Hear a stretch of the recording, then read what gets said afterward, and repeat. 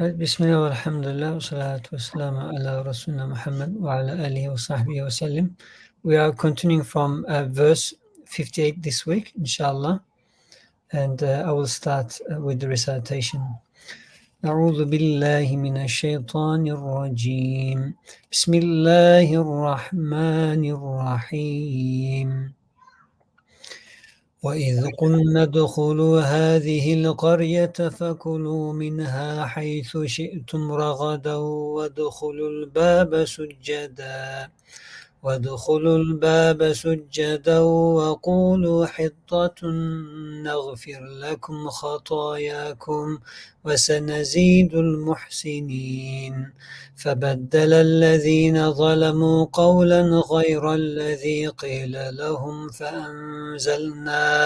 فأنزلنا على الذين ظلموا رجزا من السماء بما كانوا يفسقون وإذ استسقى موسى لقومه فقلنا اضرب بعصاك الحجر فانفجرت منه 12 عينا قد علم كل أناس مشربهم كلوا واشربوا من رزق الله ولا تعثوا في الأرض مفسدين وإذ قلتم يا موسى لن نصبر على طعام واحد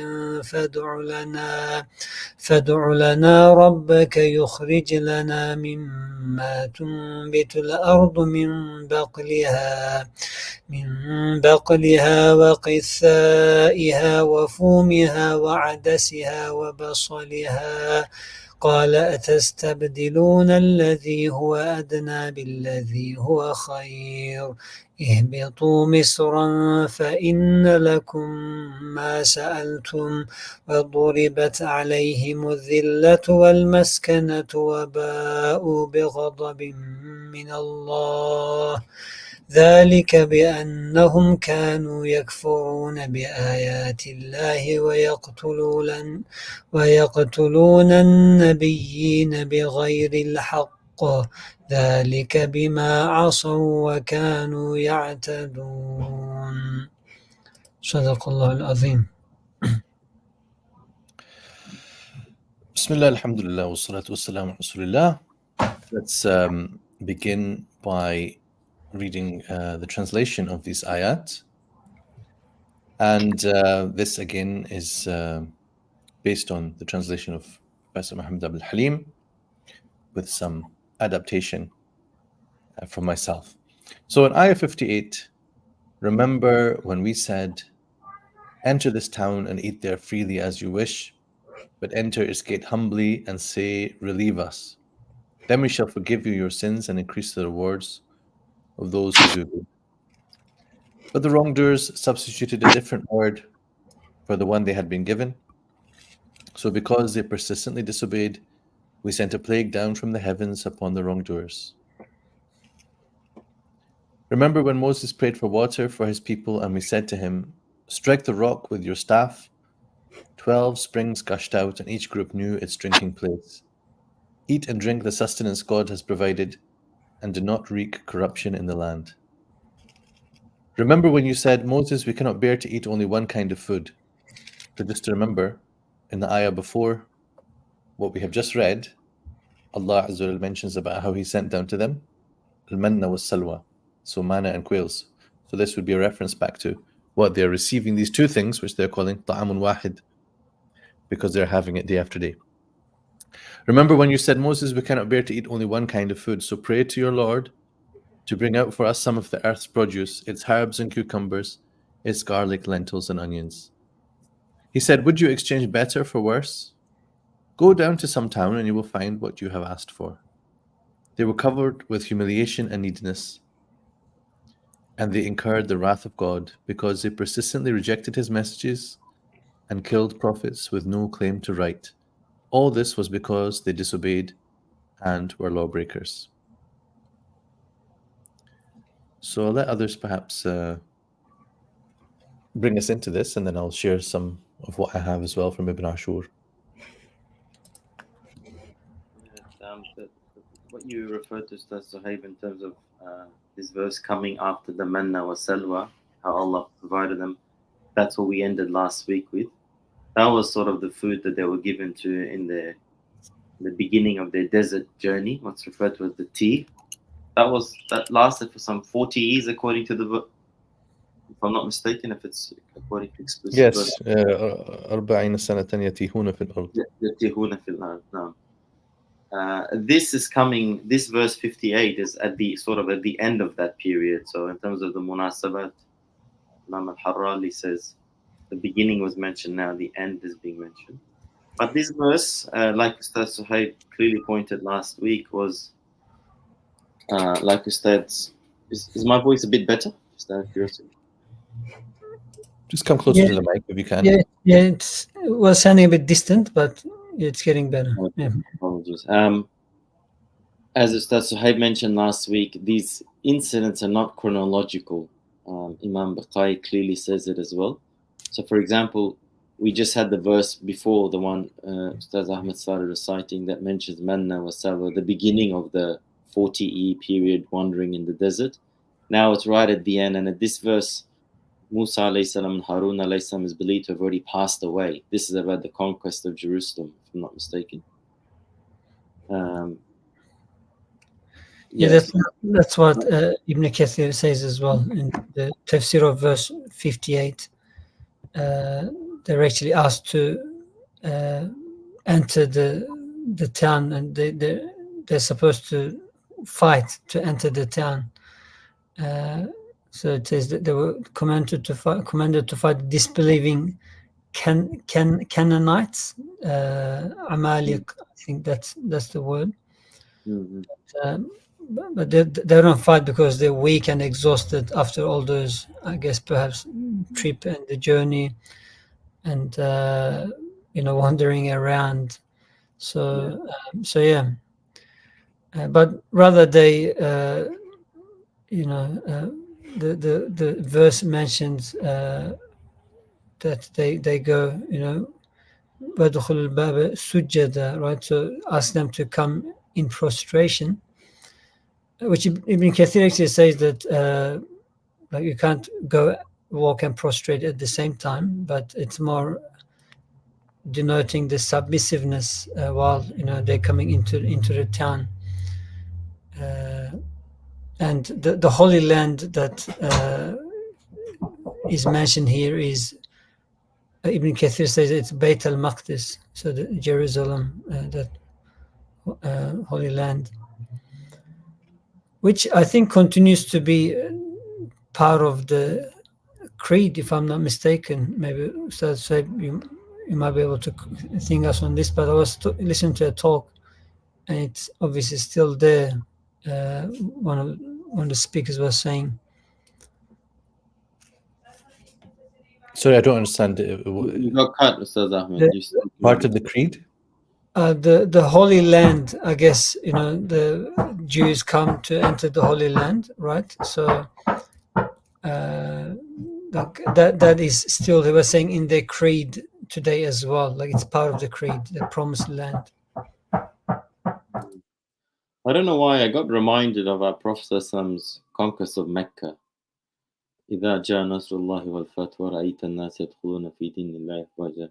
He's been commanded to make فَسَبِّحْ بِحَمْدِ رَبِّكَ وَاسْتَغْفِرْ.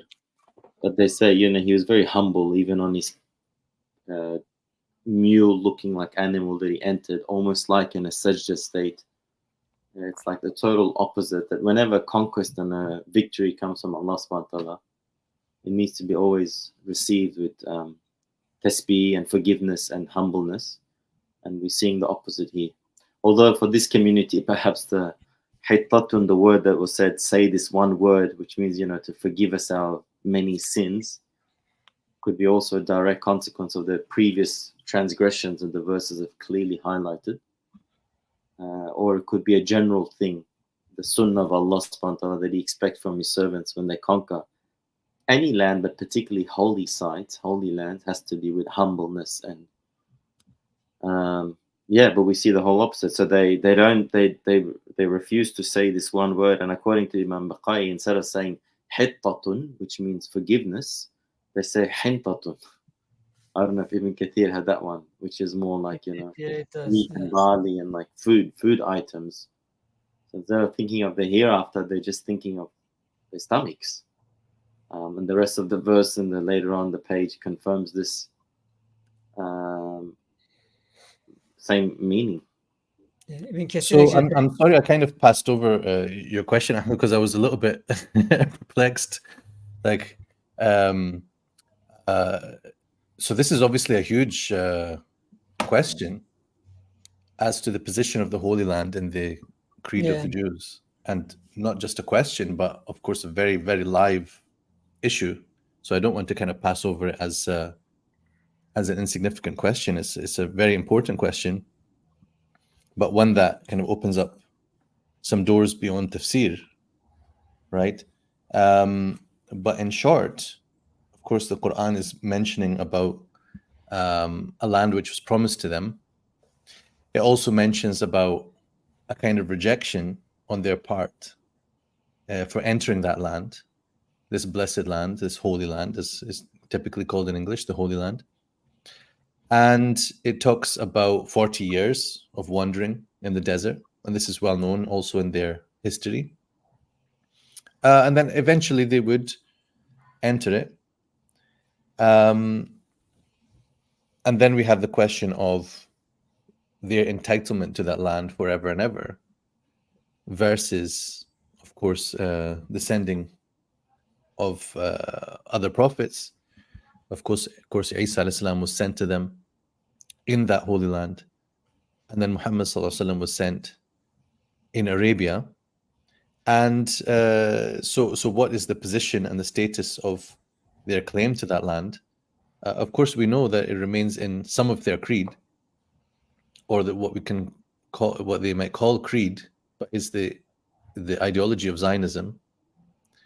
So yes, in the Jewish sort of prayers and so on, they would always be thinking about Jerusalem, and they would be, you know, kind of when they sort of raise a glass or whatever, they would say, you know, during their feasts next year in Jerusalem, they would always have this sense of connection with the Holy Land.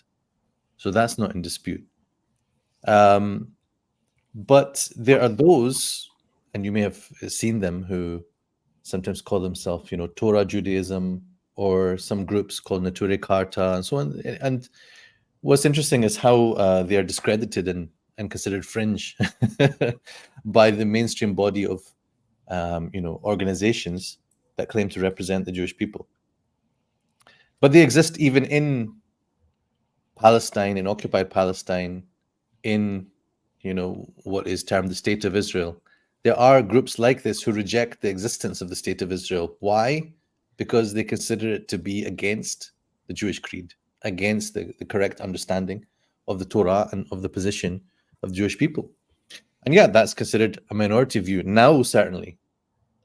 But it was not always on the agenda of the Jewish people or their organizations or their leadership, however it may be, to return to the Holy Land and to initiate this kind of movement. This was something that happened, as many people know better than me, in, you know, the 18th century, 19th. So the 19th century is when it really took some pace, and then in the 20th century, you have the development of Zionism, which even at that time was not something that all Jewish people signed up to. But it became more of a sort of something that felt like a necessity when in the Second World War, these atrocities were carried out against Jewish people in Europe. So when these things have happened, then the prospect of, well, we need a safe haven became a much stronger proposition. And that safe haven, you know, it made sense, obviously, to be in the land in which the Israelites had been well established, had established their state, had established the temple, you know, the prophets had been there. So that made sense, but it wasn't actually, you know, from what I understand of the historical record, not the only option on the table, because the issue of safe haven is one thing, and the issue of returning to the Holy Land is another thing, right? So it could have been that a safe haven was found elsewhere, but, you know, with the engineering of the British and other colonial powers, it was made to go in this direction. But the reason I bring that up in answer to your question is, it is not a given that it is in the creed of Jewish people to return to the Holy Land, especially in the way that they did, right? So there's a book, if I remember the title correctly, it's called Forcing God's Hand.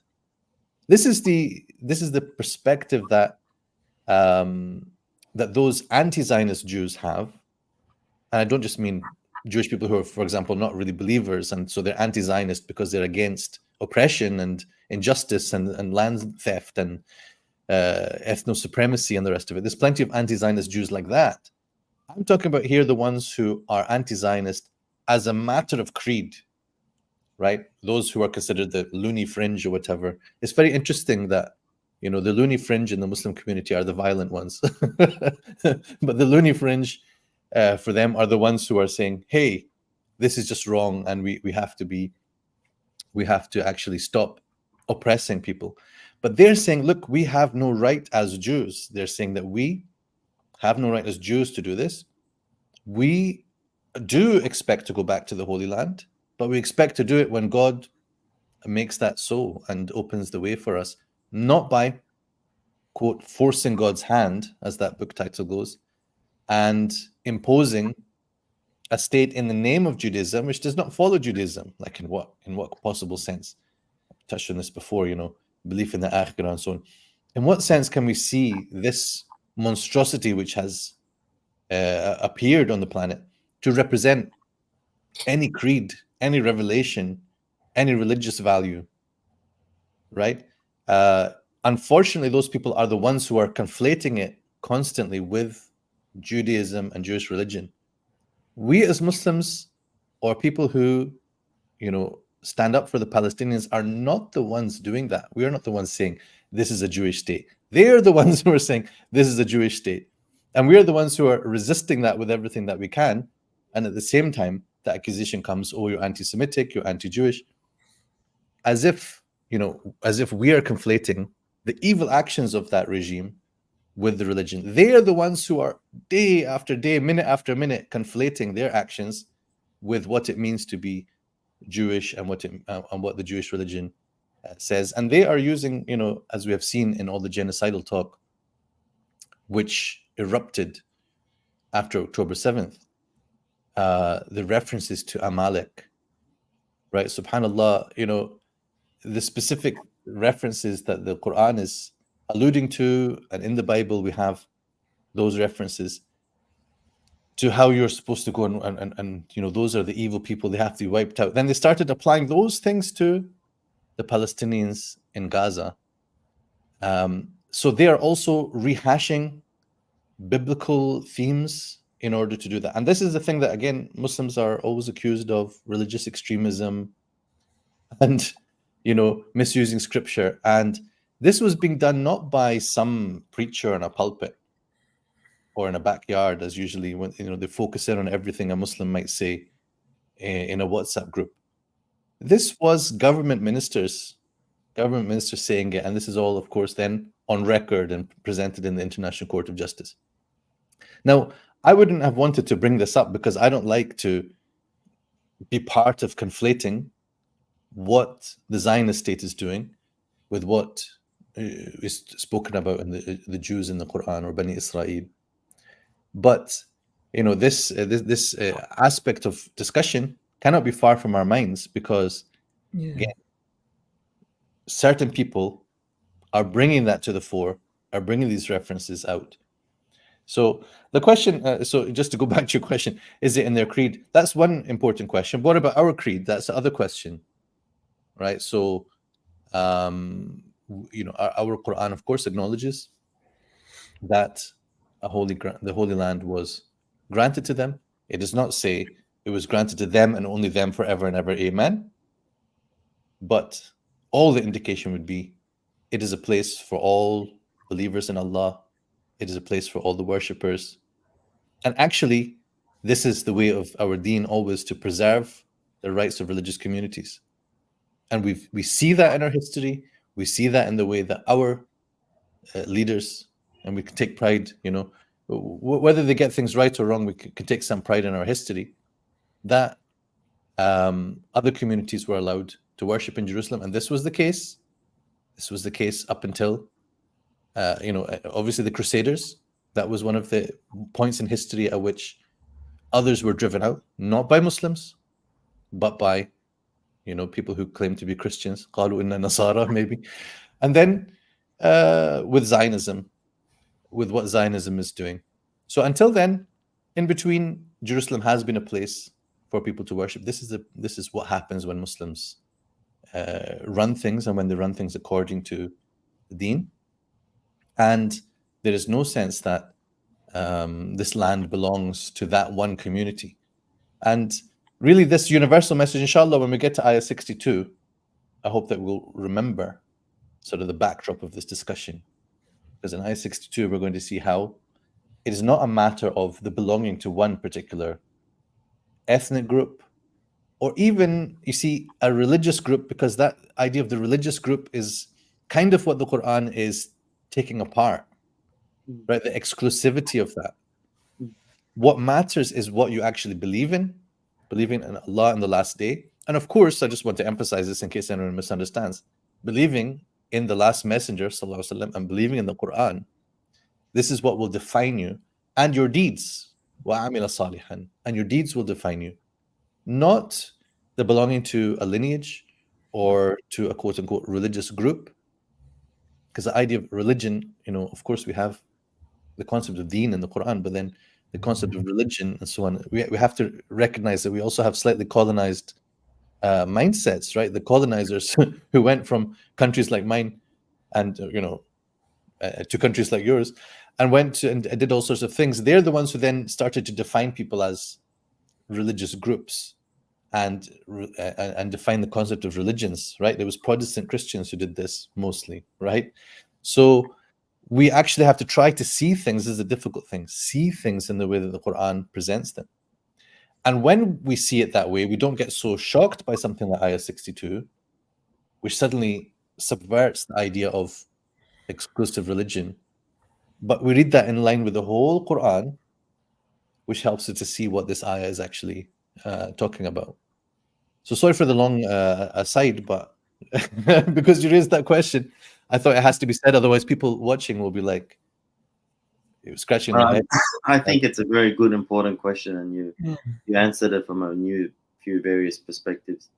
The fact that you mentioned ayah 62, inshallah, when we come to it, I think, as Ustadh Sohaib mentioned, looking at it in this context, it really helps us understand. And some Muslims are surprised by verses like ayah 62, but really, when you look at the Quranic spirit, it's actually the essence of how Muslims are meant to rule.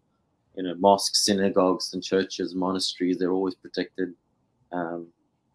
Inshallah. But yeah, this whole few pages, like, even at the time when Musa was alive, the Bani Israel community were misquoting religion, and like not only doing wrong in this case where they're saying hinta instead of hitta, they want food instead of forgiveness, but asking to see Allah subhanahu wa ta'ala explicitly and saying we will not believe in you until we see him, taking the calf for worship. And then this page, whatever's going to come with it as well. Religion has been misused even when the Prophet was bayna adhurihim, as the hadith, was with them. Yeah. So yeah, just with the 59, it says that they changed those who were wrong amongst them, the word that was given to them. But غَيْرَ الَّذِي قِيلَ لَهُمْ, it wasn't just that they changed the word and choose the synonym, but it actually means the opposite.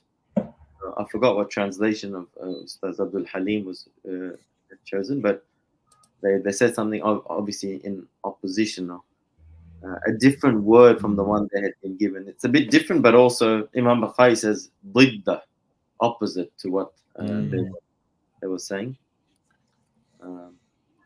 So, I mean, this is so Imam Ibn Ashur, of course, comes late in the story of Mufassirin. He's a 20th century commentator, and what's nice about his tafsir is he looks back at the tradition and just kind of tries to take a fresh look. And I think in this ayah, he doesn't end up going very far from, from what people have said before.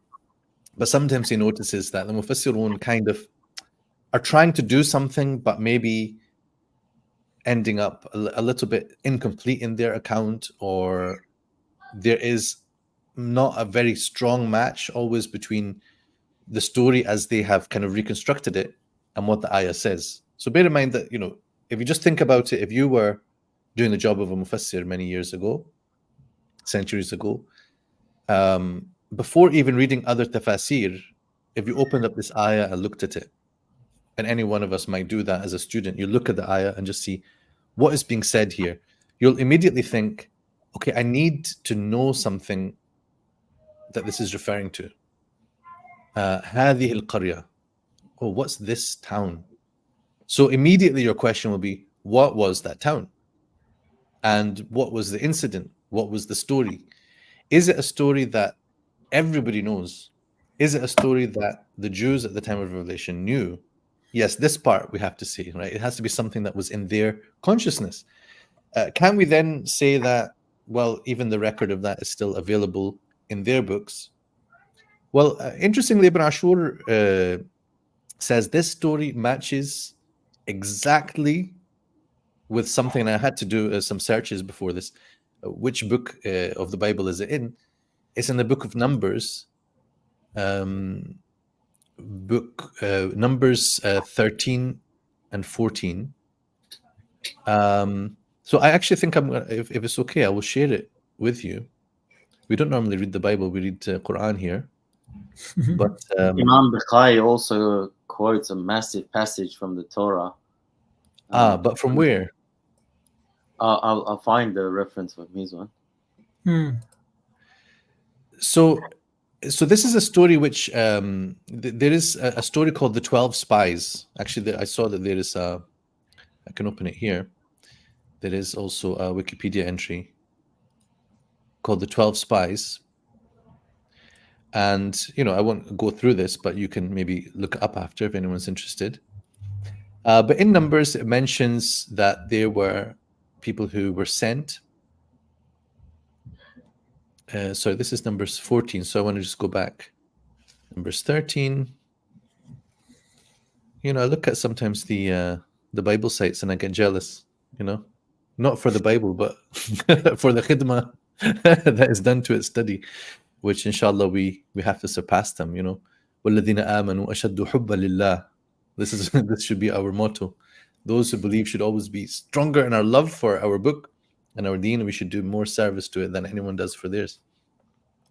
So some people were sent to explore this land, right? So this is that qarya that they were told to enter. And then in the other ayat in Al-Ma'idah, it mentions, there in fiha qawman jabbarin, there's some very, strong people. So were those people so strong, and where was it so dangerous? That perhaps is what this qawl that was changed, right? So there was a true report given about how wonderful that land is and how easy it will be to enter. This was what Musa was telling them. This is what the two, true reporters, who are Joshua and Caleb. I can Arabize their names if you want, but in English, Joshua and Caleb, they're the ones who came back and gave a true report.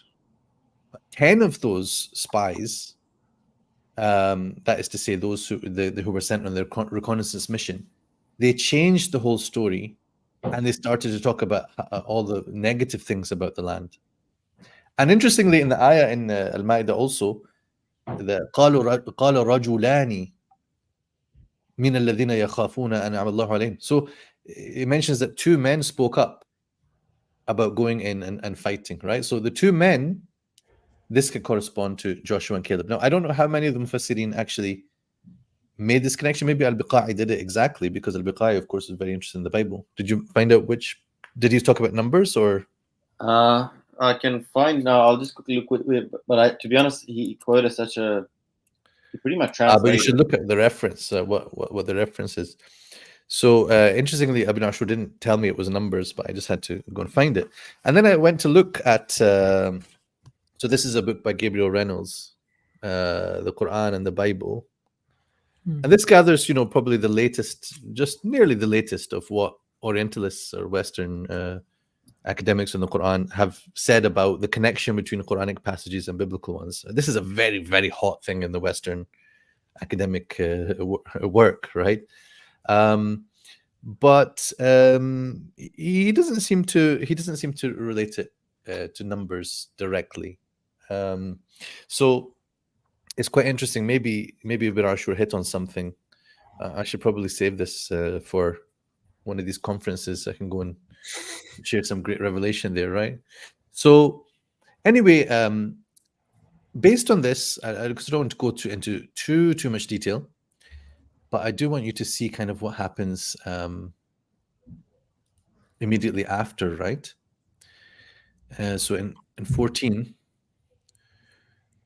all the Israelites grumbled against Moses and Aaron. The whole assembly said to them, "If only we had died in Egypt or in this wilderness. Why is the Lord bringing us to this land only to let us fall by the sword? Our wives and children will be taken as plunder. Wouldn't it be better for us to go back to Egypt?"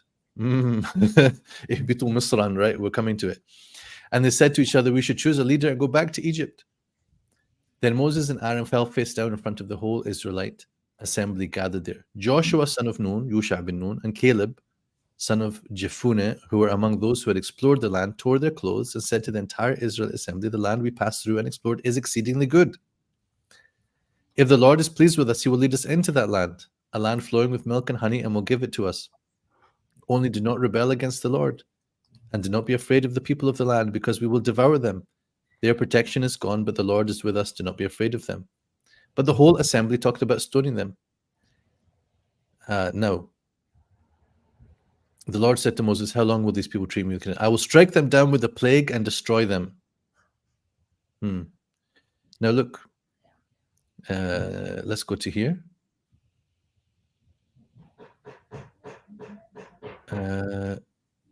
I'm looking for the plague. No, look, not ayah 36, but verse 36.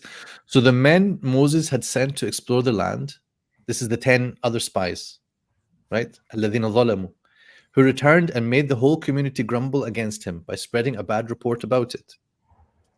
These men who were responsible for spreading the bad report about the land were struck down and died of a plague before the Lord.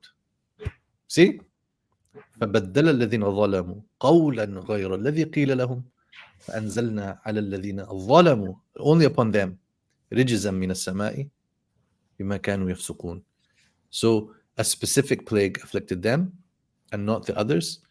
Of the men who went to explore the land, only Joshua and Caleb survived. So I don't want to say, okay, this is the absolute right tafsir and end of story or anything like that. But I want to say that there's a method here which is showing you that by finding what the story is, you might find some details which help you then to understand the references within the Quranic ayah in an intertextual way. This is the term that's used, right? In reference to other texts or stories that circulated, so that we know what the Quran is actually addressing and what it's reminding the Israelites about. So to mention to you just briefly, he has a slightly different view on وَدُخْلُوا الْبَابَ سُجَّدًا, right? So, he says basically you should go in and sort of lie low because you're going as spies. So go in and just keep your head down, even literally and figuratively, keep your head down and say hitta. The Mufassirun have a number of views about like this word hitta. So he says that is best understood as like a word that people would say when they are basically like beggars or poor people. So you say this word in order just to appear like a group of beggars, and so it's part of the stratagem. So then the point about your sins will be forgiven, etc., is not linked to specifically the word hitta, but to undertaking this mission on behalf of the Israelites. So they changed the word, they changed the report, and yes, we do have hadith reports which indicate, they said instead of hitta, they said hinta fi sha'ira or fi sha'ra, or these various narrations. Ibn Ashur has a view about this, that basically they were mocking how easy Musa alayhi salam was saying it was to enter. So they were like, oh, it's actually like, anyway, they were basically taking those words and sort of twisting them in order to mock as well. So that might be, that hadith, we can take it and all that it says without saying that explains the meaning of hitta as such. And Allah knows best. This is really interesting, especially if it's the first time being mentioned. First time I'm hearing this, and I never thought of it as if it's saying, and if you do all these things, then as a reward for carrying out this secret yet dangerous mission, you could be forgiven. Allah Alam. I just looked at what Imam Bukhari's reference was. He says, قال في آخر السفر الرابع. Some fourth section from the manuscripts that were available from the Jews in his days, in the 9th century. What's the term in Arabic? There probably is mentioned the name of a book of the Bible. He says في سفر الرابع من التوراة. I'm not sure what that refers to. Okay. Yeah. That actually he's looking at Arabic translations, by the way. Yes, but I think he's very intimately aware of the Bible. He is, because then he gives like maybe a 3-page summary of the whole story.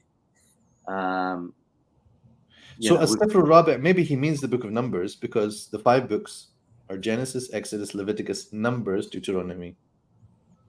So I'm just surprised why he's calling it As-Sifr Rabi' like that, but that sounds like he's talking about Numbers. So he sounds like he's quoting the same passage then. No, but then in the second paragraph he says وَقَالَ فِي السِّفْرِ الثَّانِي عِنْدَ ذِكْرِ الْإِنْعَامِ عَلَيْهِمْ. Yeah, I'm not sure. He's quoting these different sifrs. So this he might be saying that it's part from Exodus, part from Numbers. Perhaps. Look into that. Yeah. You're the Bukhari guy. But al-Baqarah is famous, of course, for his engagement with the Bible. I skip those bits sometimes. Oh. No, because he's just recounting the whole story based on the biblical side. He's not actually doing the tafsir. Well, al-Baqarah is very famous for his attention to the Bible, and this is something that's been written about by Professor Walid Saleh of Toronto. So maybe don't skip it so much. Maybe just like at least observe where he's quoting from, and then we can look at it. Reading it all in Arabic might be a bit. But I think he also he actually, from like in his time, he would have actually sat with a rabbi as well and gone through this. Really? Because sometimes he also pays attention to the different qira'at amongst the different manuscripts of these verses too, He is what we call a mudaqiq, I would say. Wow. I just had a thought, because it says they changed the word other than what was said to them. There's that concept, la mubaddila li kalimati. Like, I know this is not in relation to that. But instead of saying they changed the word that Allah had said to them, because Allah's words can't be changed, it says they changed the word that was said to them. I just thought maybe that sort of matches if you had to compare it to other verses. But I could be wrong. Yeah, I mean that's one of the points that Ibn Ashur makes, is that it's not specific to the word hitta. So generally the Mufassirun have understood they changed the word hitta to something else.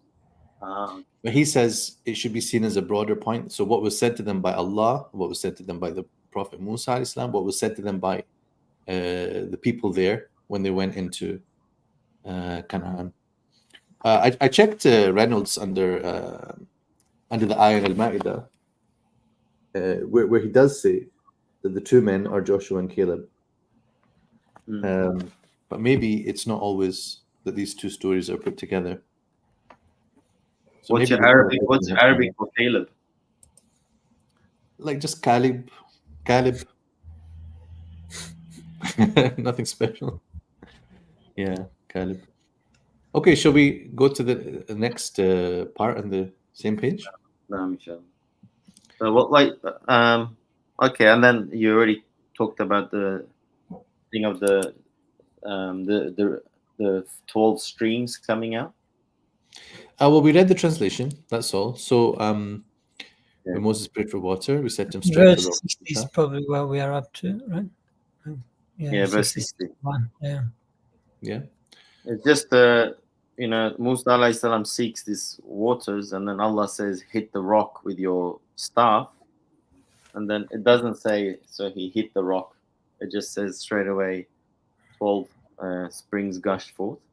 Obviously, we know that he hit the rock, but prophets, they're so ma'soom that the mere mention of God giving a command is assumed that they've carried it out. Allah. Yeah, I mean, this would be part of the conciseness of the Quranic language. Not everything has to be spelled out. On the one hand, it relies upon basic intelligence of the hearer of the Quran. But then you can look at subtleties like that. Like, of course, he would do what he's commanded to do. Secondly, it then, in a way, shortcuts to the favor that then was, given to them, which was the springs gushing forth. So adding the detail of, so he did strike it, would not bring anything. That's right. The ijaz and the ijaz of the Quran. Yes. And then I just had one last thing. وَلَا تَعْثَوْا فِي الْأَرْضِ مُفْسِدِينَ. Don't cause corruption, or don't hurry and race to spread corruption. He did some linguistic analysis of the word ta'thaw. He said it's almost sometimes when it's coming from above, like when the powerful people cause corruption. And he made an interesting comment there, Imam Baqai. He says that the fact that the prohibition is there, don't spread corruption. He says that it indicates and implies that many of them did do that. Just like whenever there's a command, an amr, there's an indication that some people, and then he goes on to the whole purpose of command and prohibitions are that so that people act according to what's opposite in their nature, so that you can differentiate between the obedient and the non-obedient. And so, yeah, he's just giving us nice little linguistic ways of extrapolating extra meanings that I think for a student of the Quran or myself personally to take note of and remember this, so we can perhaps even apply it to other verses. Mm-hmm. What does Maulana Ibn Kathir tell us about this ayah? Ibn Kathir mentions that there was a square stone that Musa alayhi salam was commanded to strike, and then from like each side gushes out 3 springs, and that kind of produces 12 springs. And the reason there was one for each was so that the tribes wouldn't fight each other for water as well, which at the time was obviously precious and important. And he also mentions about to not act corruptly and not to make mischief on earth. He says not to return the favor by committing acts of disobedience, which he says causes the favors to disappear. So, and I think we see this throughout the story of Bani Israel. There's favors, disobedience, favors, disobedience. It's I think it's such a repetition in this story that sometimes it's not hard to know what the next stage is after a favor comes. Yeah. It's also, I forgot which surah, it's Surah Fatir or something. SubhanAllah, when you're not a hafiz of the Quran, you can't quote it. But often in our modern times, we think that economic difficulties is what causes infighting and corruption on earth. But the Quran says in another verse that if it wasn't for, like, if we had opened up the doors of the rizq, then that would have caused a lot of corruption. I'm misquoting the thing, but pretty much Allah limiting the rizq. It's basically when rizq or abundance is given, that's what causes corruption. And here the prohibition to cause corruption is after the 12 springs gush forth and not before. Yeah, Allah. So, of course, this is within a passage which is recounting various favors given to Bani Israel. And in a way, the movement here is from not just the discussion of the ni'am, the favors granted to them, but it's mixed in with how they responded to those favors. And as we're going to see in the next ayah, more focus is on that, how they actually responded to these favors, the lack of gratitude, the frustration, the insolence at times towards their prophet. So here, of course, this is, after the mention of the food, here's the mention of the drink, right? So here, you've been given manna salwa. Now you have easy access to the water. Even you don't have to crowd around like people at the Jamarat, trying to throw the stones there. The Jamarat has been made large for you now, right? This is if you've seen these things now, there's no reason for everyone to crowd, but they still do it. Right? So you have now space to go all the way around, and you can get the water. Each tribe has its own place. You don't even have to see the people from your cousins, just your own brothers, and you can stay away from the cousins over here, right? So all these favors, everything is just being opened up to them, made easy for them. Here is this stick. I'm sure that there could be some kind of mystical dimensions in the mention of the stick, but this is apparently the same stick which has been in the story of Musa alayhi salam, in the signs that were given to him, in the the face-off with the sorcerers, and he's thrown this down and it's gobbled up their Muslim museums around the world claim to put this staff on display. Oh, I don't know if you've seen it. I mean, Topkapi Palace comes to mind in Turkey. Oh, okay. Yeah. I feel like this is a stick that couldn't be confined to a cabinet, it would probably find its way out. Yeah, when I saw that stick as well, I imagined that something a bit more greater or... Yeah, I think it's better kept as something imagined. I mean, I would be a bit disappointed if I just saw a stick. It's when it's in the hand of Musa alayhi salam, it means something. That's true. So he strikes a rock. It might be a specific rock, al-hajar, or it just means any rock. And out come these 12 springs, and they're told, enjoy the good things. But there's as Sadeq said, there is this temptation within the soul when you are in a state of ease, that some wicked tendencies can be fed and watered, right? So sometimes it's better to be in a state of poverty, so that you are busy with that, right?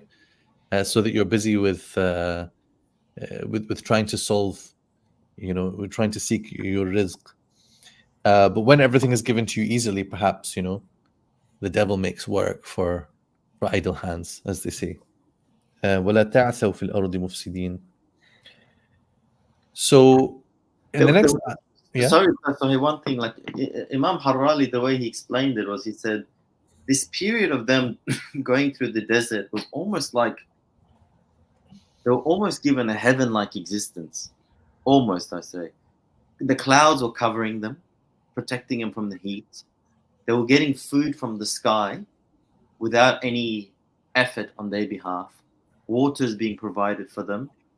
So, and that's why when this desert life of theirs is almost heavenly. And later on, Imam Bukhari says, he goes, you see always even for the awliya of this ummah, the karamat or khawariq al-a'dad usually takes place more in the deserts than it does in the cities, Ansar. So there's this almost like they have this heavenly type, and then ihbitu misran, it's like Adam alayhi salam being brought back down to earth. They leave this desert life and they enter the cities. It's like they're descending into this city, although one of them is very blessed. There was this imagery that I thought was interesting. Yeah. But the next verse would be, I guess, interesting, especially when we're talking about the food, where it says, do you prefer something that is lower than which is better? Like the food that they were having in this desert was better than I guess, what they could find, Yeah. In a city or in a village, etc. Maybe we could move on. I think Ustadh Sohaib was about to move on. They went before I cut him. Sure. So, as we read the translation already, They say, Moses, we cannot bear to eat only one kind of food. So there's some discussion around, some points here. What was it, a sinful request to have more things? Not necessarily, but we can certainly see some forms of disrespect in what they have said. In the first place, they seem to be reminiscing. They've got some nostalgia for what they used to cook, As a South Asian, I can't help looking at the ingredients list here, and I'm thinking of a really nice curry, dal, garlic, lentils, onions, and then turka dal, and then the cucumbers on the side. To be honest, it's like if you're thinking back, what we used to eat, and now the man and salwa, while it's perfectly nice, and it's a great ni'mah from Allah, they're not looking at it in terms of who it comes from and the ni'mah in it. But they're thinking about what they're used to. And they have nostalgia for days in which they were enslaved. And that doesn't show much gratitude for what they, what Allah has delivered them from. وَإِذْ نَجَّيْنَاكُمْ مِنْ آلِ فِرْعَوْنَ يَسُومُونَكُمْ سُوءَ الْعَذَابِ. And they're thinking about what they used to eat. And so they go and they say, لَن نَصْبِرَ عَلَى طَعَامٍ وَاحِدٍ. لَن, it's like we will never. And it's almost like from this moment, we refuse. We are going on a hunger strike until you solve this for us. So even they're putting this pressure on their prophet. Deal with this now. لَن نَصْبِرَ عَلَى طَعَامٍ وَاحِدٍ. And then they say, nasbir as well, like, we have to have sabr over it. Never mind shukr, Even we can't have sabr over this. So not only they refuse to give shukr, they won't even accept to have sabr over that food. Like God is testing us with this food. He's punishing us with this food. We're not going to accept that anymore, right? Even if you didn't love it, have sabr. But they say, لَن نَصْبِرَ عَلَى طَعَامٍ وَاحِدٍ فَادْعُ لَنَا رَبَّكَ.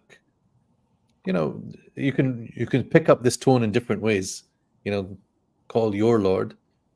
In a positive way, they're saying, you're close to him. But it's almost like go to your Lord. يُخْرِجْ لَنَا. Here the majzoom here and yukhrij implies like this would immediately happen when you call him. Again, you could look at it as, because they trust that when Musa ﷺ calls for something, asks for something, it would be granted immediately. But you can also see it in the negative sense, influenced by the start of the ayah and the negativity there. They're saying, immediately solve our request. Their lack of patience is making them say in jazm, like they're almost not asking Musa alayhi salam Right. to make dua. They're almost like commanding Musa alayhi salam. And you said the turn of fad'u lana rabbaka, and Imam Bukhari touched on this too, because first of all they say Ya Musa. I mean, we never see companions of the Prophet saying Ya Muhammad. The only time we find it in the tafsir, the one I'm aware of, is when that A'rabi, the Bedouin, comes and he calls the Prophet to come out. The one in Surah Muhammad, what's the word? Surah Al-Hujurat. Surah Al-Hujurat, but Allah says He's Ghafur Rahim, because they were Arab. Sometimes they didn't know. They say Ukhruj. But they keep in these verses. They keep saying Ya Musa, very like not Ya Kalim Allah, not Ya Rasulullah, not Khayru Man Yamshi Ala Qadamay, or anything like that you can think of. And then Rabbaka instead of Rabbana, the one that is. So I think the tone is very. But I hadn't noticed the jazm on yukhrij, almost like a king commanding and expecting a result like that. Allah. Sorry to cut you, Ustadh. No, it's good. It's good. So they're asking for the things that come from the earth, which presumably are not available to them where they are currently located. So he says to them, أَتَسْتَبْدِلُونَ الَّذِي هُوَ أَدْنَى بِالَّذِي هُوَ خَيْرٌ. Translations sometimes struggle here and they accidentally flip the things around. So you've got to be aware of how it works in your language as well as how it works in Arabic. But obviously, he is saying, you're asking for something worse and you already have something which is better than that, right? So the translation can be, would you exchange better for worse? Right, the for is what you are trying to get, right?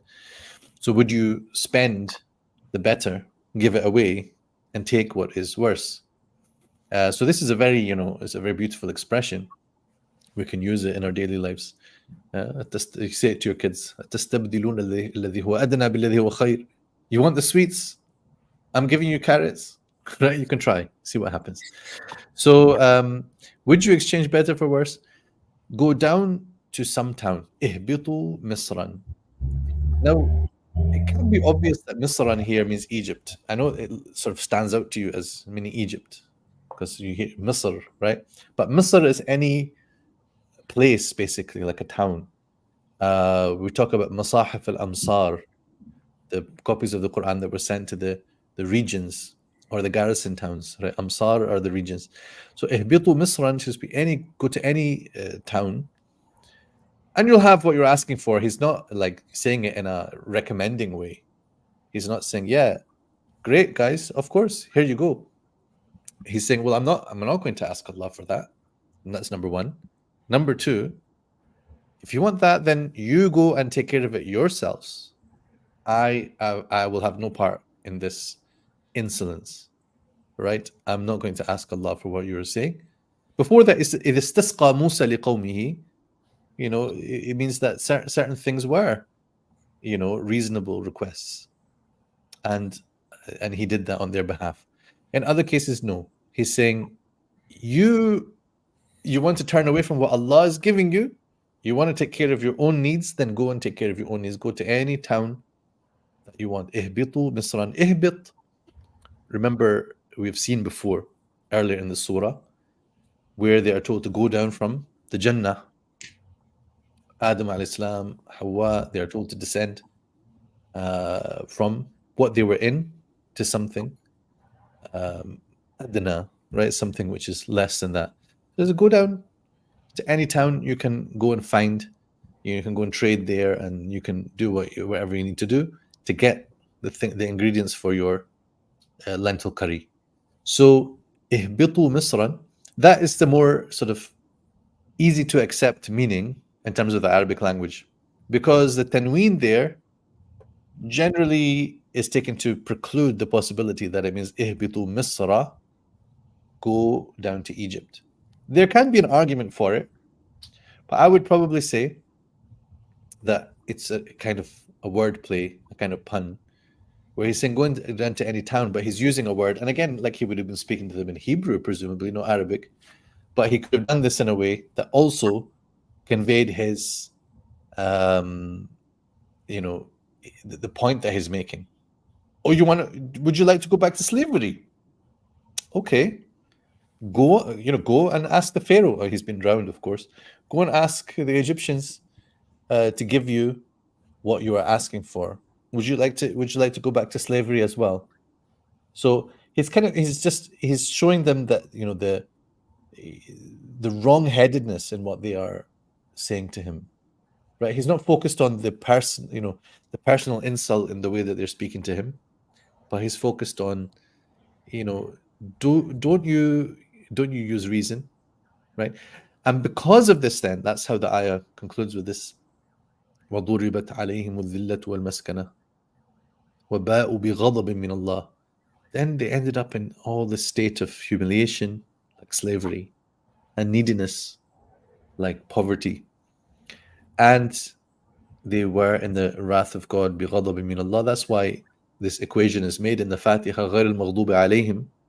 In the hadith, that this is referring to this community, وَلَضَّالِّينَ, referring to the Christians, because this description of God's anger seems to come at various points in relation to this Israelite community. Why? Because of what they used to do. Because the ayah then says they were covered with humiliation and neediness, and they incurred the wrath of God because they persistently rejected his messages and killed prophets with no claim of right. بِغَيْرِ الْحَقِّ.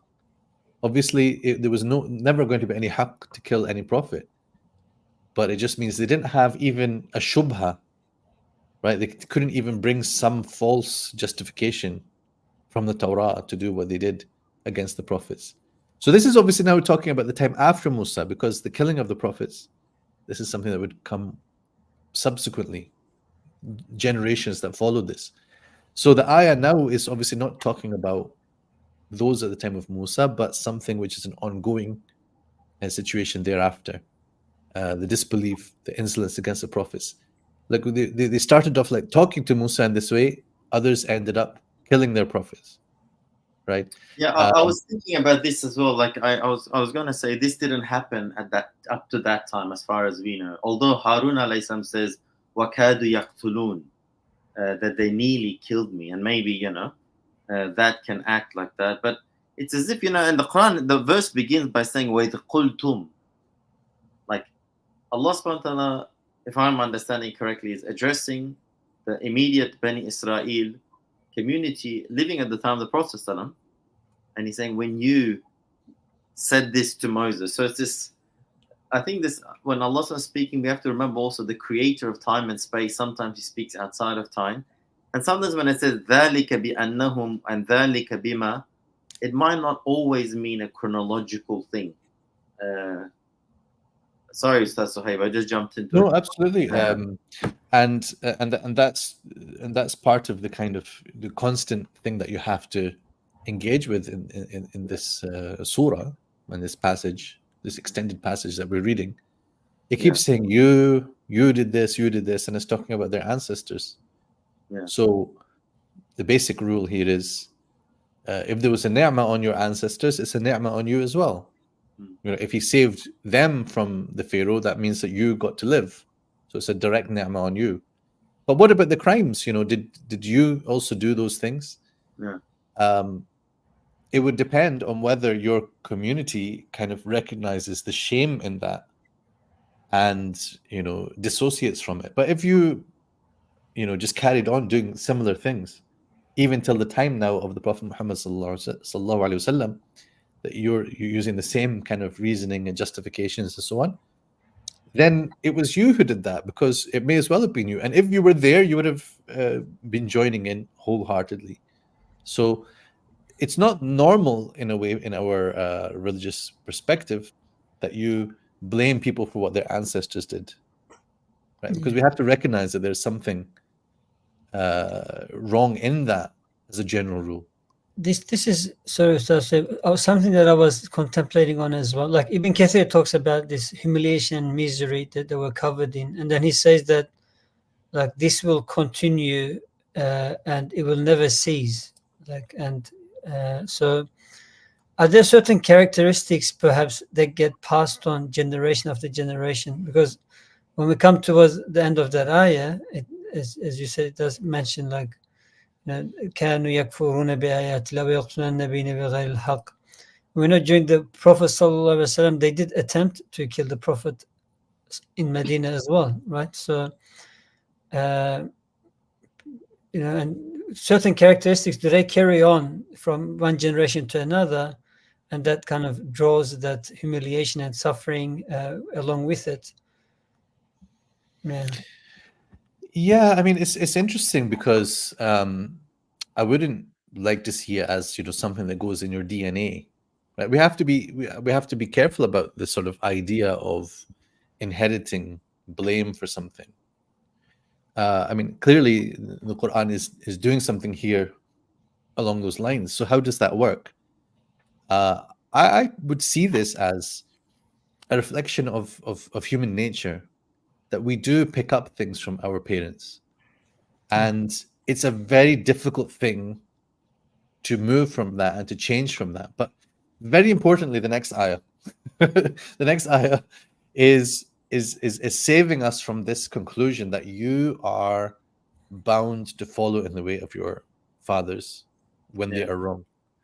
Because the next ayah is talking about how everyone is invited to come to the table of truth. Everyone has the potential to be the best of people. It is not in your genetics, but there is a sense of like the inheritance of a community. And I think we can see that, and we don't have to be talking here about other communities. We can say that about ourselves as Muslims, and as Muslims, we are also many, many communities. Our ethnic group and our the country that we live in, it affects sometimes a collective consciousness, right? Did we use a phrase like this last week? I think so, something like this, right? Or I was talking to someone else about the idea of sort of collective. We mentioned it. Yeah, sort of collective consciousness, right? So, for example, you see, we were talking earlier about Zionism and so on. Like in all that's happening right now, you still see certain responses from people who are behaving as victims because they have been victimized so much. And we saw what happened, of course, the Holocaust in the middle of the last century.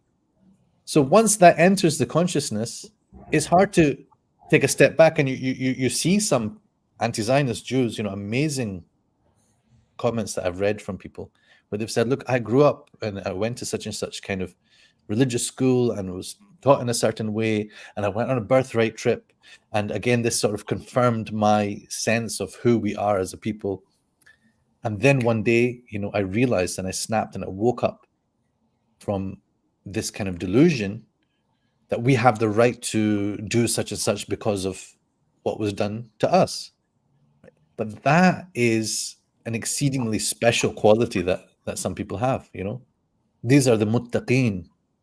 Allah mentions it right at the beginning of the surah, huda lil muttaqeen. This is guidance for the people of taqwa. Taqwa here, not necessarily in its full religious sense, but in the sense of someone who has this strong sense of conscience and this strong sense of, finding and seeking after the truth, following the truth when you find it. How many people, they encounter the truth, whether we're talking about purely religious things or we're touching on political things here as well, as necessary, right? But how many people encounter that and they just continue in a cognitive dissonance? They know that what they are doing is wrong, or what they're supporting is wrong, right? And Imam And we have Harari, this idea of complicity, right? The fact that you just nod along with something it makes you complicit. and even like the ones like Imam Bukhari says, I think for the word zalamu, or those who've done wrong, I forgot exactly, but he very explicitly says those who did it and those who remain silent. Wasakita anhu. So, and Imam Harari, we didn't cover last. I mean, I just looked at quickly what they had said in the last few verses from last page, but he mentions it very explicitly that these verses are only there primarily to warn this ummah, because in each of these there's a direct threat of what will happen, because we will follow the exact same ways. So I think, from one angle, there can be, maybe we can have people who study social psychology look about maybe if certain actions, the sins are committed, does it produce a psyche that in a way looks like it's inheriting, but it's probably perhaps the continuous, the mudari verb of the verse ya'taduna yafsukun that produces that. But it's also a sign for that. But I think after the break, the verse 62 is a clear exception to that, as Ustadh Sohaib said. And it's beautiful to read that verse 62. It's sort of put in the middle of this story.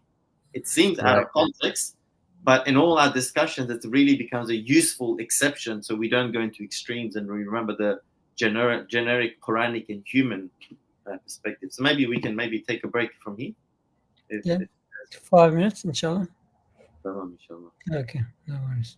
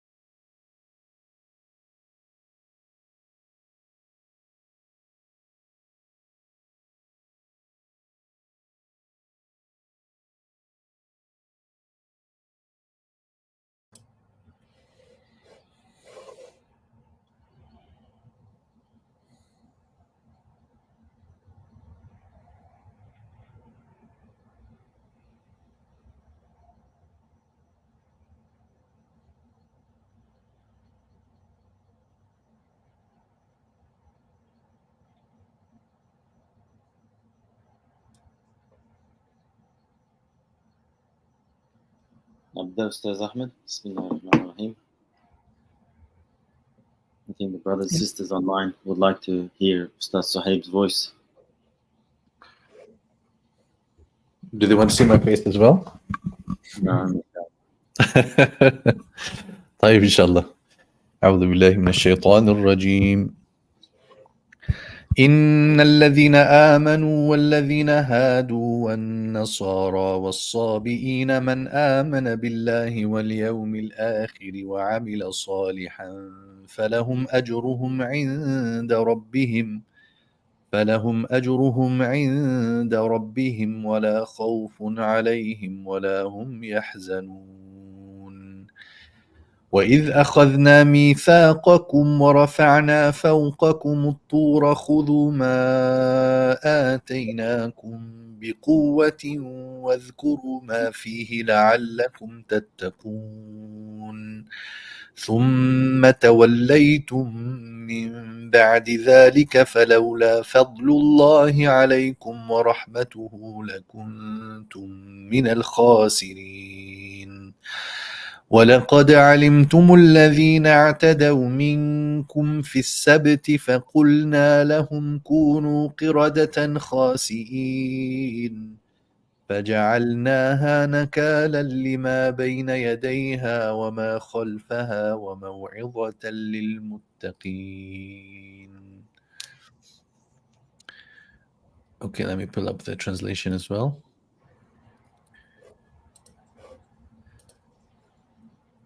Perhaps it's a good place where you stopped, because we might not get a chance to go to. Yeah, I think that's probably what we'll get to cover today. So the Muslim believers, obviously now, إِنَّ الَّذِينَ آمَنُوا, in the Qur'an, its usage is fairly consistent to refer to what we, nowadays, we just call ourselves the Muslims, but in the Qur'an, more frequently, the believers or those who believe. So the Muslim believers, the Jews, the Christians, and the Sabians, all those who believe in God on the last day and do good will have their rewards with their Lord. There will be no fear for them, nor will they grieve. Remember when we took your pledge and made the mountain tower high above you, and said, hold fast to what we have given you and bear its contents in mind, so that you may be conscious of God. Even after that you turned away. Had it not been for God's favor and mercy on you, you would certainly have been lost.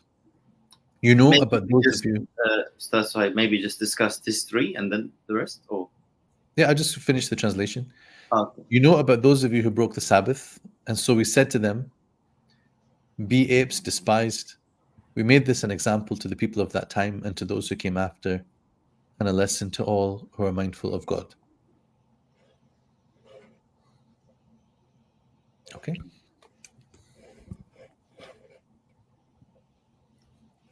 I just said quickly, just Imam Bukhari, like Ustadh Sohaib has been saying, that the verse highlights that those who act in the opposite way as to how the Bani Israel has acted in the previous verses, well, they will not receive the dhullah, the maskana, the humiliation, or the wrath of Allah subhanahu wa ta'ala.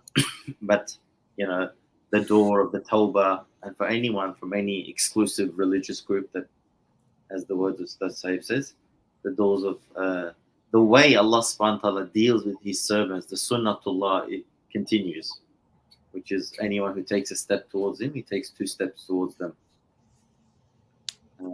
Obviously, some of these verses gets controversial. I think maybe we won't go into that. No, let's go into it. Come on. Okay. Sometimes people go into extremes about it. Yeah. And I think, you know, sometimes people argue a bit of a perennialist type philosophy, if I've said that word correctly. You made it sound Italian, Sadeq. So. Okay. But the verse is very clear, like those who believe in Allah and the last day, you know, Allah subhanahu wa ta'ala will recognize them. Allah says, you know, in Surah Hadid, that when the Ahli Kitab become Muslim believers, they get twice the reward. So, or, you know, even in Hadith, we have authentic Hadith that when Ahli Kitab becomes a believer in the Prophet, they get twice the reward. So that means they already have 1 reward before that too. So we shouldn't be surprised if Allah's promising them. And obviously, I take that with the caveats that Imam Ghazali has put, that they haven't heard the message of Islam in its correct form. Then perhaps, you know, they can be That's the way I understand it. Sometimes Yeah, I mean, there people might be a say, slight, there was an interpretation there. You said it means they have a reward before that. At least we can say it means they have a potential reward before that, which they would have by accepting the final message and dying upon Iman.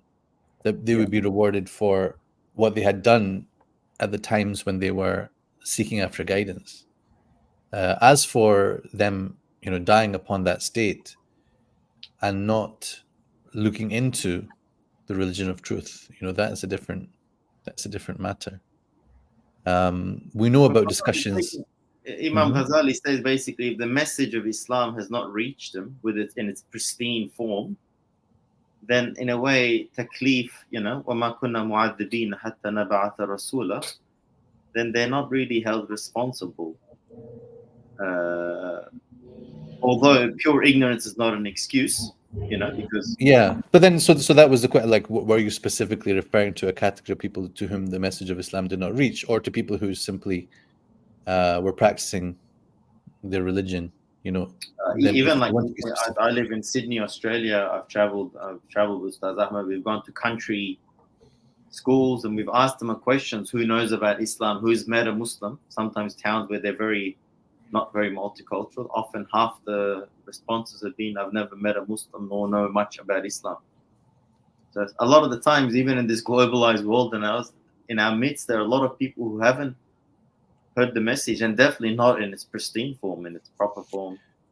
But I think that we're conflating a couple of issues here, though, because are we talking about people also who don't follow any religion, and then we're going to suppose that they are saved on the Day of Judgment because the message of Islam didn't really reach them? Even if someone wants to propose that, and if we interpret Imam Ghazali's discourse in that way, it's not the subject of this ayah, because this ayah is talking about those who believe in Allah in the last day and do good. So many of the people who are quote unquote good, who act good and civilized and the rest of it, they don't believe in Allah in the last day. In fact, some of the people who would claim to belong to these communities that are even mentioned here, some of them don't believe in Allah, and many of them don't believe in the last day. So there is, a criterion here. And this is an important thing because you mentioned the perennialist kind of interpretation of these things. And again, that sort of depends upon taking things out of context, because now we've read it in context, because that's what we're doing. We're going through the Qur'an and we encounter this. And as you pointed out nicely, it comes in between ayahs which are talking to the Jews. Because right after this, remember, we took your pledge. It's going back to that. So it's almost an aside, primarily intended, for this discussion with the Jews, with the Bani Israel who are being spoken to, and yet containing a universal kind of statement that pertains to the different communities. And in a way, something Ibn Ashur said quite nicely, in a way that to reduce that sense of also isolation, that, you've just, Allah has been very hard on you in the last ayah, right? So this is the tarheeb, but this targheeb here on the other side, that you can, everything can be okay. Everything can be okay. It's not made explicit here, believing in the last prophet, believing in Muhammad sallallahu alaihi wasallam. But again, like, you can't sort of read this ayah and not read the whole Qur'an, right? Right from the beginning of the surah, ذَلِكَ الْكِتَابُ لَا رَيْبَ فِيهِ هُدًى لِلْمُتَّقِينَ الَّذِينَ يُؤْمِنُونَ. 100% the Qur'an is telling you to believe in it. It's not very well going to be saying here in ayah 62 of al-Baqarah, which we pluck out from nowhere and just say, oh, well, people who believe in these things, but they don't believe in this ayah, they will be saved, right? So on what basis are they going to be saved? Like, they're doing kufr in this ayah, kufr in Surah al-Baqarah, kufr in the Quran, but they're saved. So what is the benefit of the Quran saying that to people? Would the Quran be addressing people and saying, hey guys, you don't have to believe in this? Like, amazingly, subhanAllah, there's people who almost like they do iman in this ayah and kufr in the rest of the Quran, which to me is like hilarious. It's like But like how you said, how can we read the Quran as being essentially negating its own message in the urgency of believing in it and of following the Messenger sallallahu alaihi wasallam. The whole surah is about that, and the change of the qibla.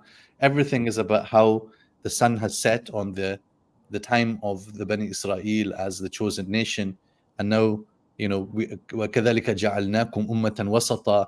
This is the truth. The Quran has been revealed as truth and as guidance and so on. So imagine taking one ayah and sort of treating it as a muhkam, and not reading it in light of everything else. And this is what unfortunately some mendacious people do. The Diyanet tafsir, the Turkish one, actually notes as the reason of revelation when Salman al-Farisi comes to the Prophet ﷺ and asks about his friend, as he was a Christian at some point, and the Prophet ﷺ says, they what does he say? So they died as disbelievers, and then he gets very sad, and this verse gets revealed upon that. Then the Prophet ﷺ calls him back and says, this verse has been revealed about your friends, and whoever believes that whoever died before hearing me as the prophet, before I guess my arrival, and has died on deen of Isa, he is in khair. But whoever after this day has heard me and does not believe in me is destroyed. So yeah, that's what I guess asbab al-nuzul, the sabab of nuzul is highlighted as here.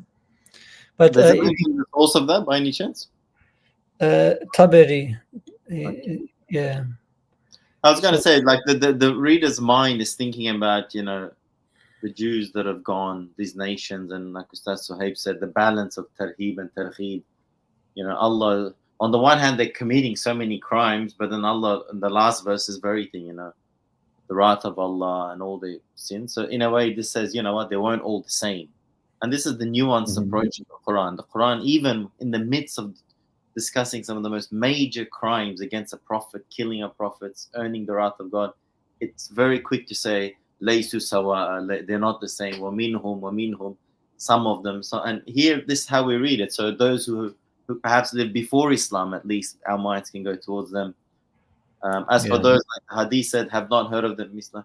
I sometimes see both sides, like Ustadh Sohaib was saying, some people to argue a particular philosophy, they're almost denying so many other verses of the Quran or the entire main message of Surah Baqarah. But then, to be honest, sometimes people also say, like, I've read the tafsirs, very famous ones, the Jews, Yani, Abdullah bin Salam.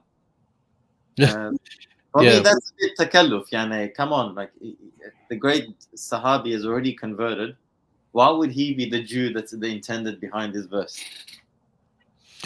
So, it's again, it's sort of like there's a danger in kind of in da'wah, right? When you're inviting something, inviting to something, is the da'wah of Islam like, you're having that lovely meal over there. Why did I drop out? Did I say something? Did I get cancelled? You dropped out at the lovely meal part. Right. Okay. So Okay. So here we are. So in sort of in my culture, we invite someone. We call it a dawat, right? It's da'wah as well. We're inviting to something. So a dawat can be to come and eat at my house, right? So am I saying to that person, you're hungry, come and eat. I'm going to feed you. Or am I saying, oh, you've got plenty of food there. I've got another food. If you want, you could come and eat my food, or you can eat your food. It's all the same, right? It's a different kind of proposition. Which is the da'wah of Islam? Are we saying to someone, you need this? No, yeah. And if you die, that what you have is not going to nourish you. Yeah. We have the nourishment here. In fact, it's more urgent than that. Yeah. Right. So, if you were to say to someone, here is the da'wah of Islam, but by the way, what you're upon is actually fine. It negates the da'wah of Islam, doesn't? I believe. I don't think it becomes a da'wah of Islam anymore. If we're saying, believe in Allah and His Messenger, what you're on, or don't, because your deen is also fine. which is what some people want to read into the Quran, and I think it sort of undoes so many Those things. are some of the extremes that you're referring to. Yeah, I mean, clearly, Yeah. religiously, your deen. I mean, the laws have been laid out, and for your salvation to come to this religion, because this prophet that you've been promised and has been described in your Torah and Injil, he is the one here. And their view also depends in a way upon that the Prophet ﷺ was only sent to the Arabs, was only sent to the mushrikeen and the idolaters, which is absolutely unsupportable. He was sent to the Jews, he was sent to the Christians, he spoke with them, he invited them, he told, the Quran speaks to them, it tells them abandon this idea of Trinity, right? So it's not really disputable, and it hasn't been disputed in our history. But then there are some people nowadays who produce. I personally feel it like the way Imam Ghazali sees it. Yes. Just to take it as, very clear. Whoever hears of the Prophet ﷺ and knows of him, but rejects him, then that's there's no shak in that. That's denying God's revelations, and that's kufr. So with regards to the with regards to the wording of the ayah, there are two ways to see the wording. One is to read it really in this past tense way, and that would fit with what Ustadh Ahmed described, and you described also, Ustadh Sadeq, about those in previous in those communities before the Prophet ﷺ was sent. Man amana falahum ajruhum, right? Whoever did believe and did good deeds, they will have. So you could translate the entire ayah in that way, and that would be fine in terms of the Arabic language and in terms of the meaning. And that's in a way like to try to negate as well try to close the door to the extreme interpretation that we were talking about, this perennialist kind of view, this pluralistic view, beyond respecting other communities, but just seeing all religions as equivalent, right? So that's the extreme view. So you can close the door by translating it a certain way, but I think that you might be, you should be open to the fact that the ayah can be read not in a past tense, but with this conditional, whoever does believe. And the translation that I shared with you follows this view.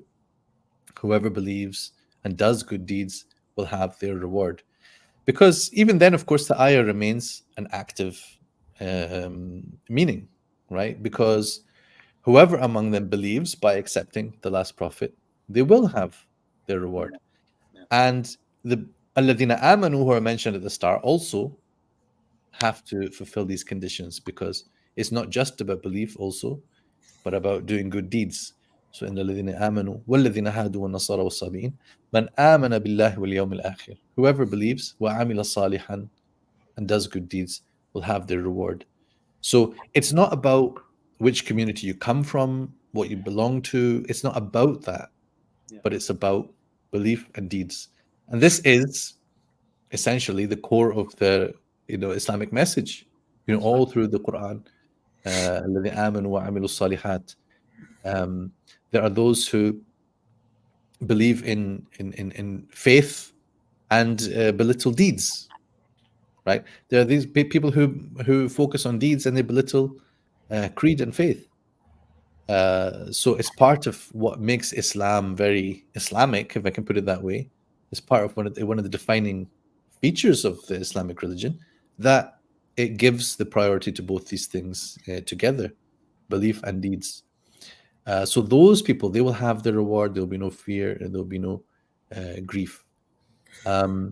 So maybe we need to touch on who are the communities mentioned here, because the biggest one was the difficult one was the Sabi'een. Right. So I was surprised Imam Baqai translates it as like people that deny God and His messengers. I was expecting to hear that the other, the one about a group that's connected to Yahya alayhi salam. Right? That's the other. That's the one I'm more known for, because they're all sort of Ahl Kitab. Right. It wouldn't make sense otherwise, in my opinion. Although he gives a reasoning to include, So what's the what does he reason about this? Meaning those who disbelieve in The messengers? What does he say? Yeah. He says that. How about you guys quickly continue? I'll quickly find a bit. Okay, so I mean, I would say this, broadly, the word sabi'in is a matter of quite a lot of discussion amongst the mufassirin and amongst contemporary scholars and academics and linguists and philologists and historians and etc. Right? Maybe there's something actually in that. Maybe that kind of mystery or the kind of openness of it is part of how the ayah works. Is that you might not know specifically who they are, but it doesn't really matter, because the point is, then this is just my personal take on it, right? Don't take too seriously. Maybe a sabi'in here stands in for etc. الذين آمنوا والذين هادوا, they're والنصارى, these are spoken of all the time in the Qur'an. والصابئين is almost like etc. Now, a sabi'in, have been identified as a particular group or groups of the Nabateans from Iraq and Syria area. Their religion is sometimes called Mandeism. There is, influence there. Their basic beliefs include, the belief in the ultimate creator, but they worship the stars and planets as kind of intermediaries. At times they were, oppressed by, say, the Persian powers, and so they became influenced by their religion, or they were oppressed by the Christians and they were influenced by Christianity. So they have sometimes been closer to Christianity or closer to the Persian religions. And there is some discussion on whether they should be sort of counted amongst Ahl Kitab or not, because of ayahs like this, which seem to bracket them in. So I would say it's a very open discussion as to what are the sabi'in, who are the sabi'in, and that is definitely worth pursuing. But maybe the ayah can be appreciated even with that remaining somewhat mysterious. Just for your curiosity, Imam Bukhari says والصابئين المنكرين للرسالة في الصورة البشرية القائلين بأوثان السماوية والأصنام الأرضية متوسطين إلى رب الأرباب. So yeah, I never come across that type of thing before. Yeah, so there's a kind of Hajj. It says, in a similar verse, but that one's different. It says it even includes the Majus and it includes the Mushriks in that categorization. If you remember that verse in Surah Hajj, but there the ending is, if I'm not mistaken, anyway, it's not La khawfun alayhim, but that's a different thing. But over here, it's more speaking about categories of groups of faith type communities. So Allah. So I think you're talking about إن الذين آمنوا والذين هادوا والصابئين والنصارى والمجوس والذين أشركوا إن الله يفصل بينهم يوم القيامة. It mentions that Allah will. It just says Allah will judge them. It will judge between everyone, and it mentions the Majus and the Mushrikun.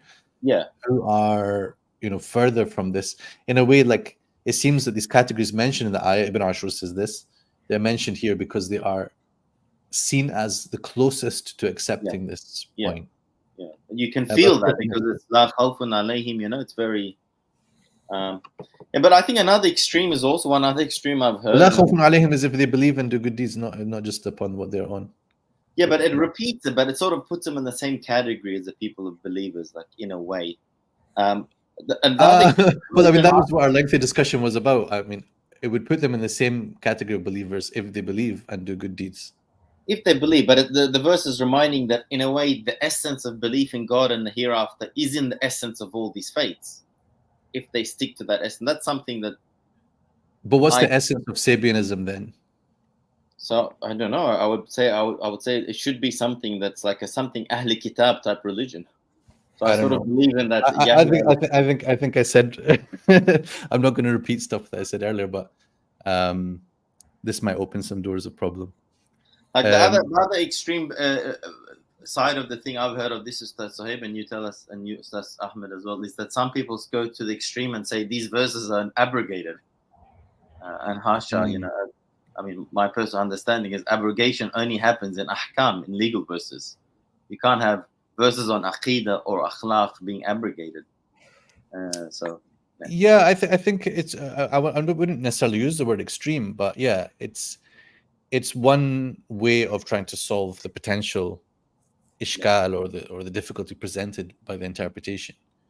And I don't think that abrogation fits this kind of thing, because it is also like it's a khabar, it's telling us about something, and it's a matter of, it's a matter of the divine treatment of people who believe and do good deeds. It's not a specific ruling to be abrogated. So yeah, that doesn't make too much sense. But part of the motivation for that would be, in a way, seeing that as if it's saying that all of these religions are acceptable. Then they have to find a way to clarify that or neutralize that, because it contradicts with the rest of the Qur'an. So when contradiction occurs, one of the things to say is, one of them is nasikh, one of them is mansukh, right? But of course, the sometimes harder route is to say, well, why is it not contradictory? What is the actual way of reconciling between the different texts? And that's the approach that we took, generally speaking. One of the things in the etymology of that is it can mean to incline towards something or incline away from, because in Arabic, mail it works in both ways, right? So it could be that قالوا لأن أهل هذا الدين, this is Ibn Ashur, مالوا عن كل دين إلى دين عبادة النجوم. Or he says, ولو قيل لأنهم مالوا عن أديان كثيرة إذ اتخذوا منها دينهم كما ستعرفه لكان أحسن. So he's got this, just idea that it means they shifted in the religion from one thing to another because of these external influences upon them. And it's interesting that the word subah was used by the mushrikun for the Muslims at one point. There's some narration about that. They converted, right? Yeah. وصف المشركون بالصابئ. Some refer to the Prophet ﷺ as the Sabi'. And there's a hadith also that Khalid ibn Walid went to certain people and they couldn't say aslamna, so they were struggling with the word for some reason. So he told them to say saba'na. So there's even a kind of equivalence of the idea of this word with the concept of embracing the right religion, to go from one to another. Yeah, Ibn Kathir mentioned that as well, and like he says, they're not Jews, not Christians, not Majus, but they're more remained living according to their fitrah. And because the people who entered Islam at the time, they did not enter one of these religions, so that's what he was saying, that they were called Sabis by those mushriks. So yeah. We have this group that have migrated from Iraq, even in Australia. They have a unique obsession with baptism, and they even baptize themselves naked, and they have a unique connection with John the Baptist, if I'm not mistaken. So I've always associated with that group, and so I see it as one of the Ahli Kitab categories. So, but maybe because there is this, because I think you briefly mentioned it. There is some connection sometimes, they say, with Yahya al-Islam. I'm not sure how that works. Yeah. Ustadh Ahmed, you'll even know in Penrith River, they sometimes baptize themselves there in the Nepean River. For Sydney siders, they'll know that. I wasn't across that. So should we move on? We'll take him to Penrith River. Yes, a good idea to just cover the next ayahs as well. So remember, we took your pledge and made the mountain tower high above you. So in this, I suspect there's going to be a bit of a departure between what Ibn Kathir mentions and what Ibn Ashur mentions. So we start with what Ibn Kathir mentions. Yeah, verse number 63. Yeah. Well, I mean, he quotes Ibn Abbas and says that when the Jews refused to obey, Allah raised a mountain above their heads so they would listen to him. And he also quotes the verse from Surah Araf where it says, "And remember when we raised the mountain over them as if it had been a canopy, and they thought that it was going to fall on them." So yeah, and he also quotes Mujahid as well, like the part where it says like hold fast to that which we have given you, and he says this is the Torah, and like from Mujahid, he says it means to really strictly adhere to it, and the part where it says remember where that which there is therein. He says that it means to read the Torah and implement it. And perhaps the last thing would be where it says, had it not been for the grace and mercy of Allah upon you, that He's given you and sent you prophets and messengers. So, but yeah.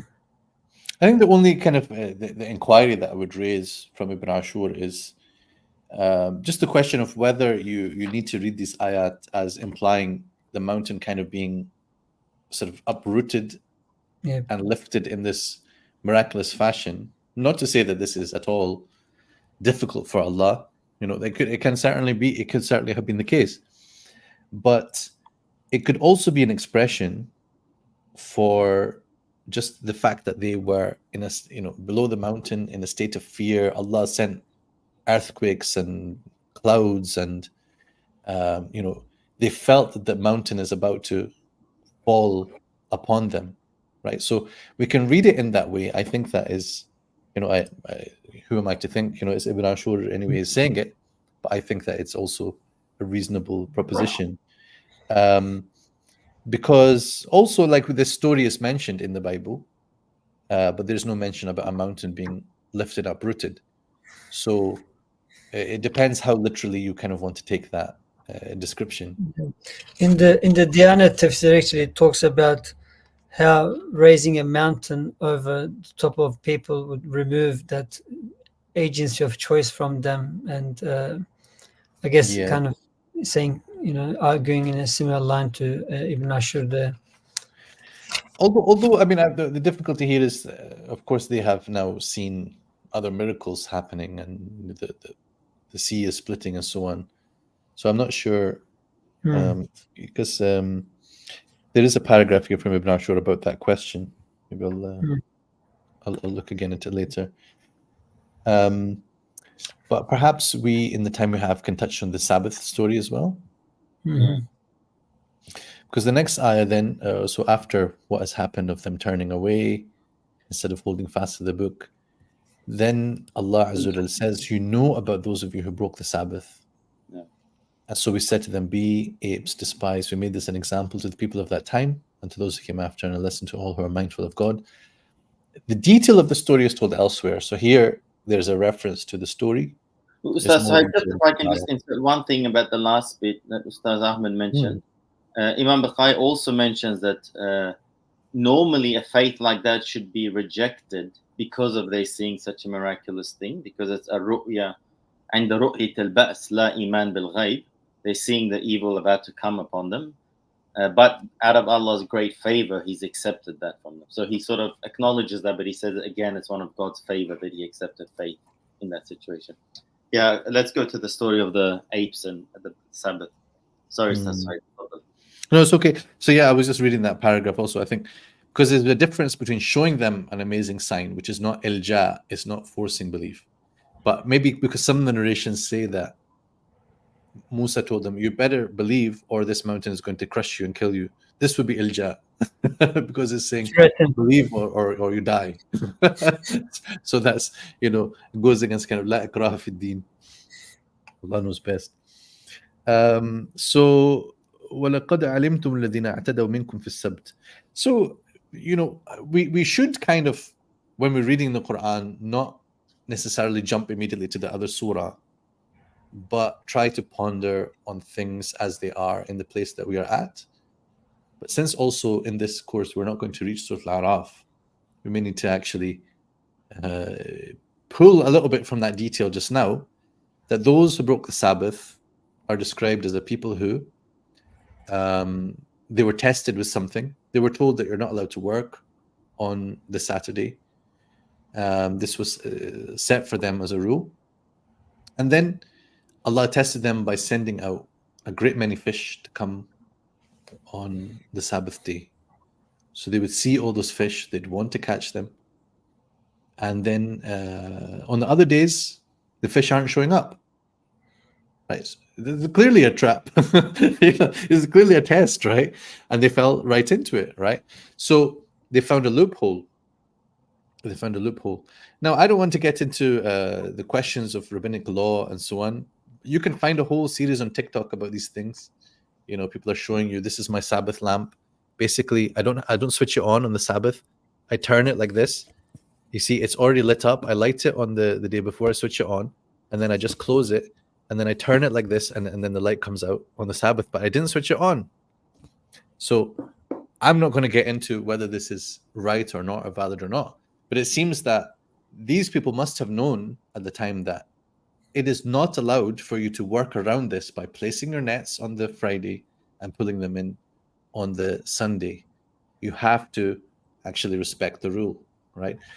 Because, you know, I must admit, you know, sometimes I think to myself, wouldn't I have probably done the same thing? Like, you know, put the nets out on the day before and pull them in the day after to work around this prohibition.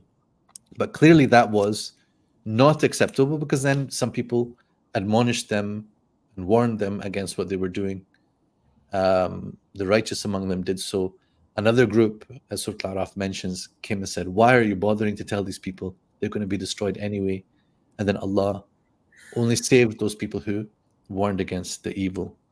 But the others, it was said to them, Kunu qiradatan khasi'in. Some people take this in a more like figurative kind of sense, but the more evident sense of it is that they were punished with transformation from one state to another. That, of course, does not mean, I hasten to add, because people misunderstand this, it doesn't mean that anyone today is the descendants of apes or pigs. That doesn't make any sense. Partly because those who are punished in this way, it is agreed by the scholars generally that they would not have lived for very long, and they also would not be able to reproduce. Right? So neither are any pigs or swine, pigs or apes today the descendants of those ones, nor are any people the descendants of them. And this is, you know, obviously just a very disrespectful thing that sometimes people say. Some people have even tried to use that to prove evolution happening backwards, but it's a wrong attempt, obviously. That's it. That's it. Imam Tahawi, you know, he deals with that hadith that you referred to. There's a hadith, both narrated hadith marfu from the Prophet, man from Abdullah bin Masud, that Allah did not allow any nation that is punished to leave progeny behind.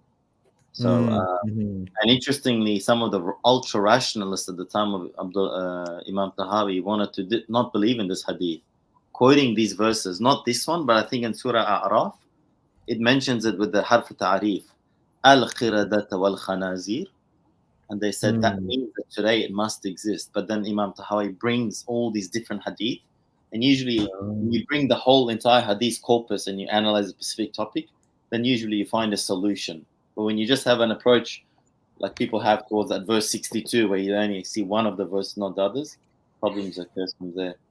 Yeah, Ibn Kathir does quote Ibn Abbas as well. He says they only lived on the earth for 3 days, and Allah created monkeys, swines, and the rest of the creation in the 6 days that He mentioned in His book. So there's a hadith that Ibn Kathir quotes here, although he doesn't give the source. But it says, do not commit what Jews committed, breaching what Allah has forbidden by resorting to the lowest types of deceit. So obviously this is, and it talks about how this is an example, you know, for the people. Ibn Abbas says that, you know, while we made this village an example for the villages around it by the manner in which we punish its people. So Allah made them an example for those who lived during their time, as well as a reminder for those to come by preserving their story.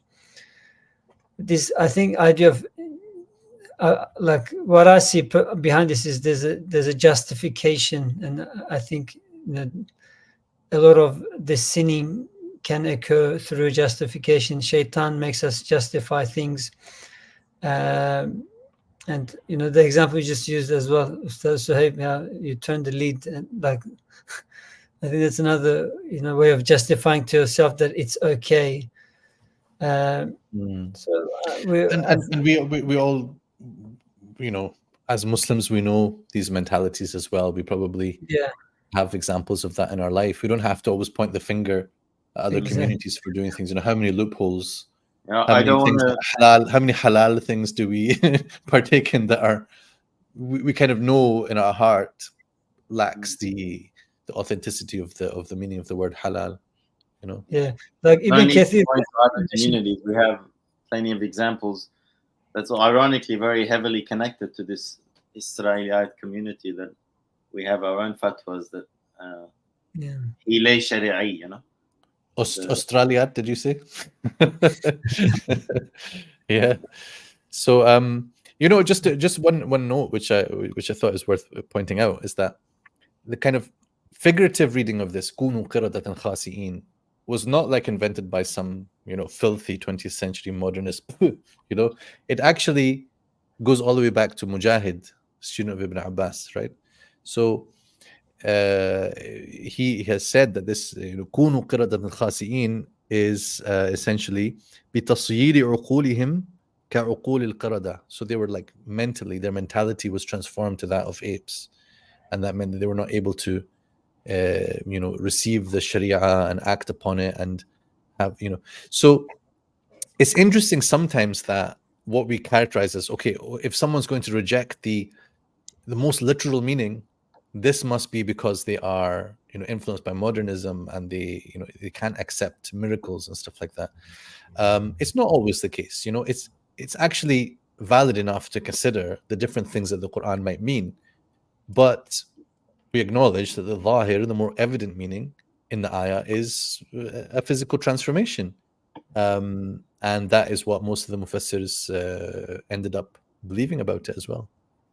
I looked into this issue a few years ago, but there's actually other narrations of Mujahid as well. Only one of them says the one that like you quoted, and you're right, it does go back to Mujahid. If I'm not mistaken, Imam Tabari or Fakhruddin al-Razi, he heavily argues against Mujahid's metaphorical interpretation, although he goes, it's not distant from an Arabic perspective.